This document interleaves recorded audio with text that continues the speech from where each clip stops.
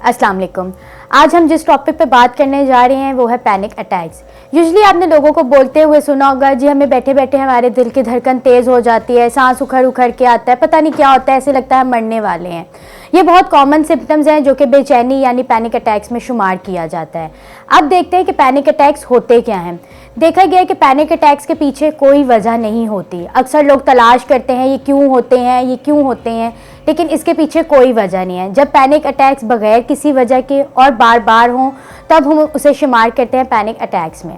Panic attack पे क्या होता है कि या तो आप रिलैक्स स्टेट में बैठे हैं या आप पहले से ही बेचैनी की कैफियत में हैं, तो आपके जिस्म में एकदम से जो है ना शदीद बेचैनी की लहर उठती है। जब वो शदीद बेचैनी की लहर उठती है तो हमारे जिस्म में 14 जो है सिम्टम्स आते हैं, जिनमें से कुछ जिस्मानी सिम्टम्स हैं और कुछ जहनी सिम्टम्स हैं। जो जिस्मानी सिम्टम्स हैं उसके अंदर आते हैं दिल की धड़कन का तेज़ या बेकाबू हो जाना, सांस उखड़ उखड़ के आना, गले में ऐसे लगना कुछ फंसा हुआ है, जिस्म में कपकपी तारी हो जाना, ठंडे गर्म पसीने आना, पेट में जो है गड़बड़ शुरू हो जाना। इस तरह के जो सिम्टम्स हैं ये जिस्मानी सिम्टम्स हैं। जबकि दो जो है मैंने आपको बताया जहनी सिम्टम्स हैं, उसके अंदर आता है ऐसे लगना है कि मैं मरने लगी हूँ या मैं बेहोश हो जाऊंगी या मैं अपना कंट्रोल खो दूंगी। ये जो है ये पैनिक अटैक के सिम्टम्स हैं। अब पैनिक अटैक डिसऑर्डर कब बनता है, यानी कब हम उसे कहते हैं कि अब ये एक डिसऑर्डर बन गया या इसका इलाज ज़रूरी है? जब हमें एक पैनिक अटैक होने के बाद अगले पैनिक अटैक की परेशानी शुरू हो जाए कि कहीं ये दोबारा मुझे आ गए तो क्या होगा।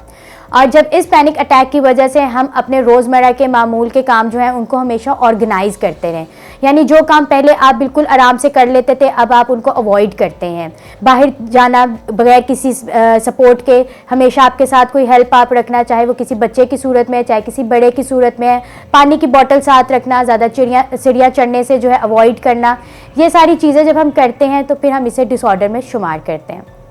अब देखना ये ज़रूरी है कि पैनिक अटैक होते क्यों हैं। जिनको पैनिक अटैक होते हैं देखा गया है कि पहले उसके अंदर मौरूसी अवामिल का बहुत ज़्यादा रोल होता है, यानी हमारे जेनेटिक्स। अगर आपके वालिद वालदा, आपके नानी दादी किसी को भी ये बीमारी हो तो बहुत सारे चांसेस हैं कि आपको भी हो सकता है। दूसरी इसके अंदर चीज़ है कि अगर आप बचपन से ही बहुत ज़्यादा एंजाइटी प्रोन हैं, यानी आपको छोटी छोटी चीज़ों की बहुत ज़्यादा एंजाइटी लेते हैं या आप छोटे छोटे हर काम की शुरू से ही बेचैनी लेके करते हैं काम कि अब क्या होगा, अगर ये ना हुआ तो फिर क्या होगा, तो बहुत सारे चांसेस है कि आने वाले वक्तों में आपको पैनिक अटैक्स हो सकते हैं। तीसरी इसके अंदर जो चीज़ आती है वो ये है कि जो पैनिक अटैक से मरीज़ होते हैं वो अपनी बॉडी को लेके या आपकी बॉडी के निज़ाम को लेके बहुत ज़्यादा जो है सेंसिटिव होते हैं। हमारी बॉडी कैसे काम कर रही है, हमारी बॉडी में कोई मसला तो नहीं है, हम सांस ठीक ले रहे हैं, हमारा सांस उखड़ उखड़ के तो नहीं आ रहा, कहीं दिल की धड़कन तेज़ तो नहीं। जब हम हद से ज़्यादा अपनी तवज्जो बॉडी पर देते हैं तो भी पैनिक अटैक्स के होने के चांसेस बढ़ जाते हैं। अब इसके अलावा हम बात करते हैं कि जो पैनिक अटैक में एक चीज़ जैसे डिप्रेशन में मनफी सोचों का रोल ज़्यादा होता है, इसी तरह पैनिक अटैक में क्या होता है, मरीज़ इन जो मैंने आपको जिस्मानी अलामतें बताई हैं उसका मतलब निकालता है कि जैसे दिल की धड़कन तेज़ होने का मतलब है कि मेरी दिल जो है वो काम करना छोड़ देगा, मुझे हार्ट अटैक आने वाला है। सांस उखड़ उखड़ के आता है तो उसे लगता है कहीं मेरा दम घुटने वाला है। टांगों में जब उसको लगता है जान नहीं है तो उसे लगता है वो गिर जाएगा, यानी कि वो इन अलामात का जो है मतलब निकालता है। अब बात करते हैं कि ये पैनिक अटैक्स के ट्रीटमेंट के लिए क्या हमें करना चाहिए। अगर तो पैनिक अटैक बहुत ज़्यादा सीवियर हैं, सीवियर का मतलब है शिद्दत जिनकी बहुत ज़्यादा है, यानी हर घंटे में आपको 2 से 3 दफ़ा होते रहते हैं, तो हम इसकी ज़्यादा शिद्दत कहते हैं इसको।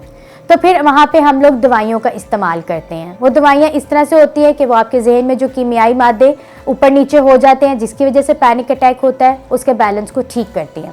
अगर तो पैनिक अटैक मॉडरेट या माइल्ड यानी बहुत कम शिद्दत या बिल्कुल ही कम ही शिद्दत के हैं, जैसे कि घंटे में 1 दफ़ा हो जाते हैं या दिन में 1 दफ़ा हो जाते हैं, तो इसके लिए थेरेपी का इलाज के ज़रिए इलाज किया जाता है, यानी बातचीत के ज़रिए। उसमें आपको ऐसी टेक्निक सिखाई जाती हैं जिससे आप पैनिक अटैक को खुद अपने घर में बैठे ही मैनेज बेहतर तौर से कर सकते हैं, जिसके अंदर सबसे पहले हम एक्सरसाइज का रोल बताते हैं कि एक्सरसाइज ड्यूरिंग पैनिक अटैक किसी भी किस्म के लोग जो हैं अक्सर गहरे लंबे सांस की मशक करते हैं, पानी पीते हैं, कोई जो है विटामिन की गोली खा ली, फ़ौरन से इमरजेंसी में चले गए, हार्ट बीट चेक करवा ली, बीपी चेक करवा लिया, इस तरह के हम सारे काम बैन कर देते हैं क्योंकि ये काम जो है पैनिक अटैक को मेंटेन करते हैं। और इसके मद्देनज़र हम आपको हेल्दी चीज़ें सिखाते हैं। एक्सरसाइज का आपको रोज़मर्रा की रूटीन में शामिल करना है। सुकून की मशक डॉक्टर जैसे सुबह दोपहर शाम गोली देता है, इसी तरह आपने सुकून की मशक सुबह दोपहर शाम करनी होती है। फिर इन सोचें जो मैंने आपको बताई हैं जो पैनिक अटैक की वजह वजह से मेंटेन हमारा पैनिक अटैक होता है, उन सोचों को हकीकत में जाके हम टेस्ट करते हैं और फिर देखते हैं कि आया पैनिक अटैक्स होते हैं या नहीं होते, या पैनिक अटैक की वजह से आपको दिल का दौरा पड़ता है या नहीं पड़ता, या जस्ट ये आपकी सोच है।